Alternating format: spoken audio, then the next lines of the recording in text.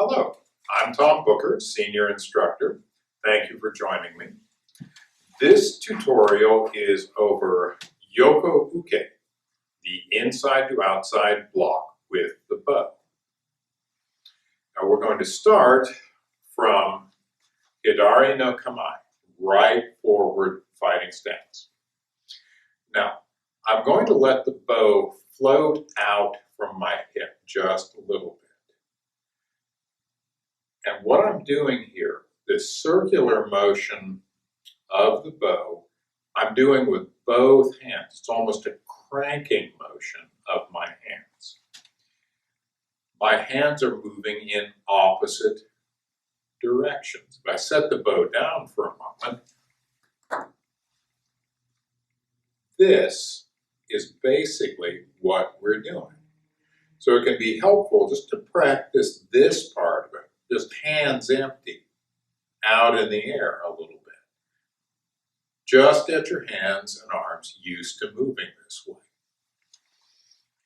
Then we'll take our bow back up and again let it float here. Now what's going on here? My backhand is really responsible for moving the bow. What my front hand is doing is guiding the front end of this into the block.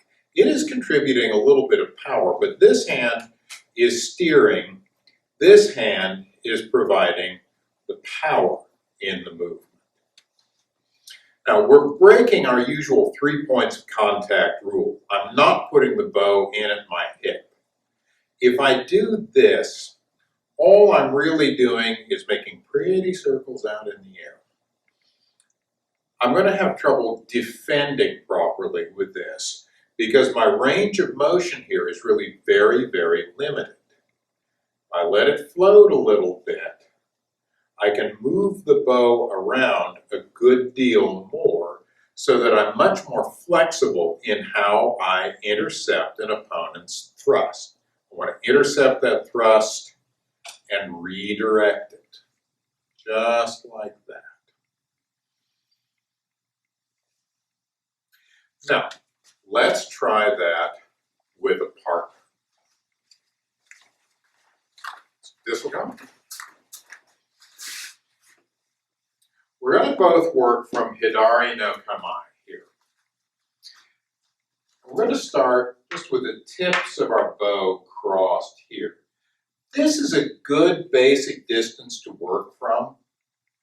I'm close enough that we can make contact with each other's bow.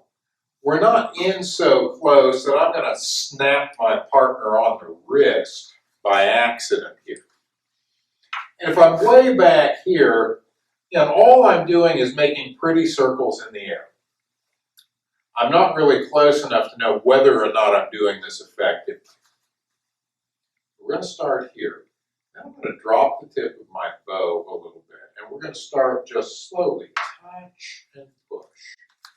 I'm just finding his bow and deflecting it gently down and away.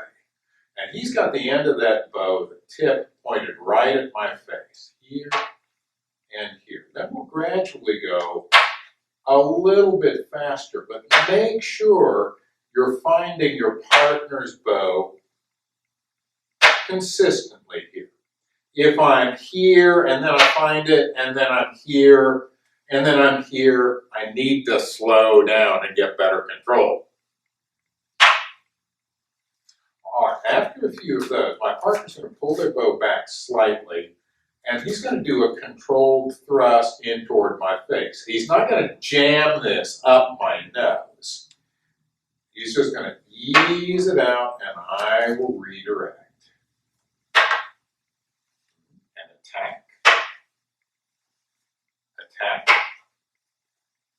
attack, attack. Thank you, Mr. Disselgar. Now, with Yoko-Uke, much of this is getting a feel for the technique, for the skill. If you consider the attack we're defending against, this high section thrust, when I'm working with my partner, what I'm seeing is the very tip of the bow here. It's very difficult for me to accurately judge how far away this is, how fast it's moving in toward me, where exactly it is in space.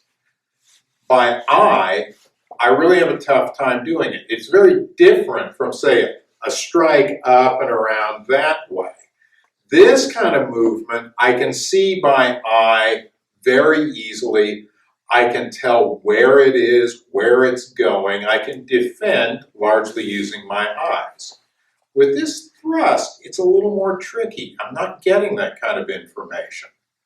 What Yoko-Uke gives me, I can touch my opponent's bow, my partner's bow.